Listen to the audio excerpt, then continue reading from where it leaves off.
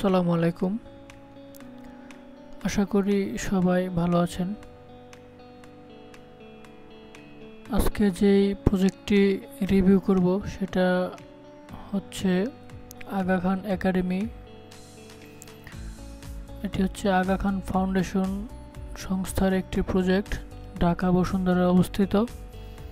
তো এই প্রজেক্টে আমি বর্তমানে কাজ করতেছি, এখানে ডেডিকেটেড ডিজাইনার হিসেবে আছি। তো এই প্রজেক্টটি এখনও সম্পূর্ণ হ্যান্ডওভার হয়নি, যার কারণে আমি এতদিন এটা নিয়ে ভিডিও করতে পারিনি। আংশিক হ্যান্ডওভার হয়েছে, তো যতটুকু হ্যান্ডওভার হয়েছে আমি ততটুকু নিয়েই আপনাদের সামনে আলোচনা করব, কিছু বিষয় আপনাদের সাথে শেয়ার করব। তো প্ল্যান রুম থেকে আসলে মূলত শুরু করব। 3টা ফ্লোর আছে, 3টা ফ্লোরের মধ্যে চিলার প্ল্যান রুমটা হচ্ছে রুফটপে, তো আমি সেখান থেকে শুরু করব। এখানে সব ড্রয়িং তো অনেক ডাইমেনশন থাকে, অনেক ইন ডিটেলস অনেক কিছু থাকে, কিছু জিনিস হাইড করা হয়েছে যেন দেখতে বা বোঝাইতে সুবিধা হয়, সেজন্য অনেক কিছু হাইড করেছি আর কি। এখন জাস্ট একদম বেসিক কিছু জিনিস রেখেছি বোঝানোর সুবিধার জন্য। এখানে 2টি চিলার রয়েছে, চিলার 1, চিলার 2, 3টা পাম্প রয়েছে। এগুলা হচ্ছে ভার্টিক্যাল সেন্ট্রিফিউগাল পাম্প, পাম্প 1, 2, 3। এখানে ফুল লোডে 2টা পাম্প রান থাকে, একটা স্ট্যান্ড বাই থাকে। যেহেতু 150, 300 টনের 2টা চিলার, 2টা পাম্প দিয়ে হয়ে যায়, একটা স্ট্যান্ড বাই থাকে। আর অবশ্যই এগুলা বিএফডি দ্বারা পরিচালিত। আর এখানে দেখার যে বিষয়, লাইনগুলো ডায়াগ্রাম অবশ্যই আপনারা সবাই জানেন যারা এই সেক্টরে কাজ করেন। পাইপিং সিস্টেম ডায়াগ্রাম এগুলো আপনারা অবশ্যই জানেন। জাস্ট দেখানোর বিষয় হচ্ছে এখানে সাপোর্ট সিস্টেমগুলো আর কি। সাপোর্ট সিস্টেমগুলো সব ড্রয়িংয়ে প্রত্যেকটা জিনিসের আলাদা অ্যারেঞ্জমেন্ট, প্রত্যেকটা জিনিসের আলাদা করে একটা মেজারমেন্ট, এগুলো হচ্ছে সব ড্রয়িংয়ে ক্লিয়ার থাকা লাগে।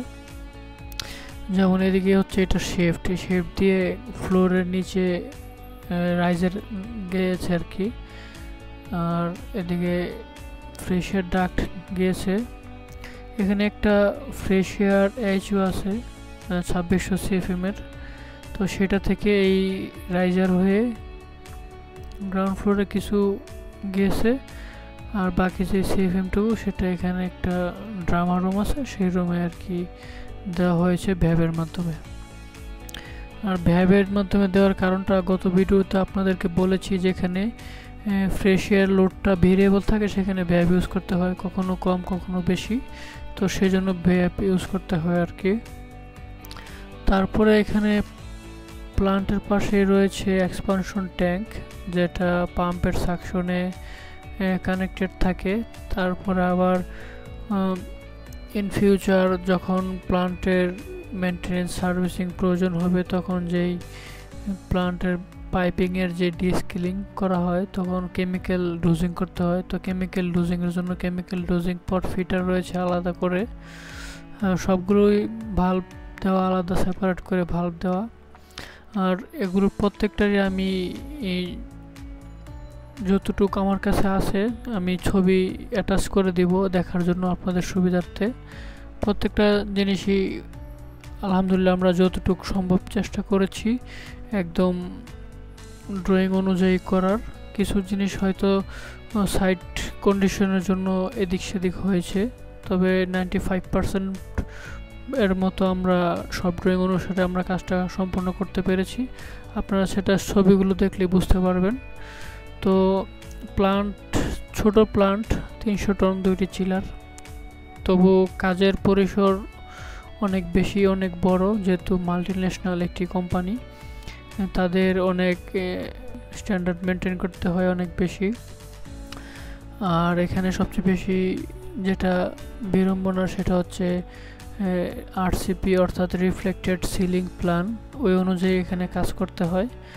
তো এগুলো নিয়ে আরেকদিন কথা বলবো, তবে প্ল্যান রুম এটুকুই। তো এখন আপনাদের সাথে আমি প্ল্যান রুমের কিছু ছবি অ্যাটাচ করব, শেয়ার করব আপনাদের দেখার জন্য। আরেকটা ড্রয়িংয়ে অ্যাড করে রেখেছি একটি সাপোর্টের যে সিস্টেমটা, সেটাই যে আমরা সাপোর্টগুলো কীভাবে দিয়েছি দেখেন। এখানে ফ্লোর ফিনিশ লেভেল, অর্থাৎ ফ্লোর থেকে আমরা 200 হাইটের আরসিসি বেস করেছি। সেখানে আমরা এটাকে অ্যাঙ্গেল বোল্ট বা থ্রেড রড বাঁকা করে আমরা এরকম আরসিসি ব্রিকের ভিতরে দিয়েছি। তারপর সেখানে স্প্রিং দেওয়া হয়েছে 4টা করে, এটা প্ল্যানে দেখা যাবে, দেখেন 4টা করে স্প্রিং দেওয়া হয়েছে। এই যে এই ব্লু কালারটা হচ্ছে স্প্রিং, 4টা করে স্প্রিং দিয়ে মাউন্ট করা হয়েছে। 2টি করে 10 mm থিকনেসের 2টি করে এমএস প্লেট। তো সেই প্লেটগুলোর উপরে আবার দেখেন 100 mm ডাই অর্থাৎ 4 ইঞ্চি পাইপ ওয়েল্ড করা হয়েছে। ওয়েল্ডিং করার পরে সেখানে আবার চ্যানেল দেওয়া হয়েছে। সেই চ্যানেলের উপর পাইপগুলো বসানো হয়েছে আর কি। তো ঠিক সেমভাবে আমরা সাইডে ইমপ্লিমেন্ট করেছি জিনিসগুলো। তো সেগুলো আপনাদের সাথে এখন আমি কিছু ছবির মাধ্যমে শেয়ার করব। তো দেখতে থাকুন ছবিগুলো একের পর এক। এই হচ্ছে ছবিগুলো। আমি আসলে নতুন পুরাতন অনেক মিক্স করা ছবি আছে, আমি সেখান থেকে কিছু বাছাই করে নিয়ে এসেছি আর কি। এটা হচ্ছে কাজ চলমান অবস্থায়।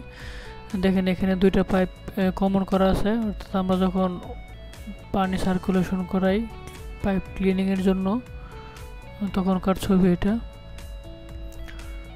তারপরে সেম টাইম গুলা ককশিটের কাজ রানিং অবস্থায়, তার উপরে ক্লিনিং করা হয়েছে। এটা রূপায়ণের পাশে, দেখতে খুবই সুন্দর জায়গাটা। এগুলো কাজ রানিং অবস্থায়। এই যে এটা হচ্ছে ছাদ থেকে এরকম দেখায় টোটাল প্ল্যানটা। আপনারা এই জিনিসটা ড্রয়িংয়ের সাথে যদি আবার একটু রিপিট করেন তাহলে একটু দেখলে বুঝবেন। কিছু ছবি এখানে দেওয়ার চেষ্টা করেছি। এখানে বিভিন্ন জায়গায় পোর্ট রাখা হয়েছে, সেটা হচ্ছে এয়ার ভেন্টের জন্য। আর কিছু জায়গায় এক্সট্রা পোর্ট আমরা এমনিতে রাখি, বিভিন্ন কাজে ব্যবহার করা হয়। দেখেন এই হলো ছবি, হলো পাম্পের সাইড থেকে। এটাও কাজ রানিং অবস্থায়। সবগুলোই পাম্পের ছবি, পাম্পের বিএফডি।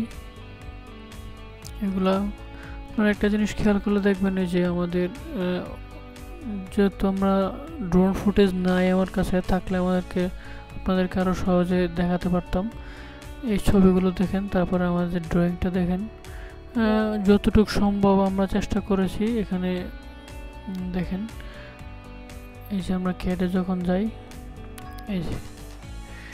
এই চিলার, এই 3টা পাম্প, এখানে ফ্রেশার আইছু, এই হেডারের 3টা পাইপ। এগুলো আমাদের আরেকটা বিল্ডিং, অর্থাৎ অন্য অপর একটি বিল্ডিংয়ে এখান থেকে লোড যাবে আর কি, স্পোর্টস বিল্ডিং।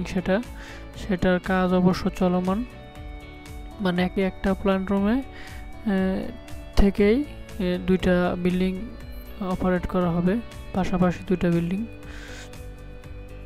তো এই হচ্ছে আজকের ভিডিওটি। আরও ডিটেলস দিতে পারতাম, তবে আমি আসলে সারাদিন অফিস শেষ করে এত বেশি একটা সময় পাই না, যার কারণে আমি সংক্ষিপ্ত আকারে করে আপনাদের সাথে শেয়ার করতেছি ভিডিওগুলো। তো আপনারা আশা করি অতটুকু দেখেই শেখার চেষ্টা করবেন, অথবা আমারও কোনো ভুল ত্রুটি থাকলে সেগুলো ধরে দেওয়ার চেষ্টা করবেন। সবাই ভালো থাকবেন, সুস্থ থাকবেন। আর অবশ্যই বলবো সবাইকে, যারা এই সেক্টরে কাজ করেন, প্রজেক্ট হোক বা ডিজাইন হোক, রেগুলার প্র্যাকটিসে থাকতে হবে অটোক্যাড বিশেষ করে। আর বর্তমানে যে আপডেট সফটওয়্যারগুলো আছে সেগুলো সম্পর্কেও ধারণা থাকতে হবে, কারণ জব মার্কেটে খুবই প্রতিযোগিতা চলতেছে। তো সবার জন্য দোয়া এবং সুস্বাস্থ্য কামনা করছি। সবাই ভালো থাকবেন, সুস্থ থাকবেন। আল্লাহ হাফেজ।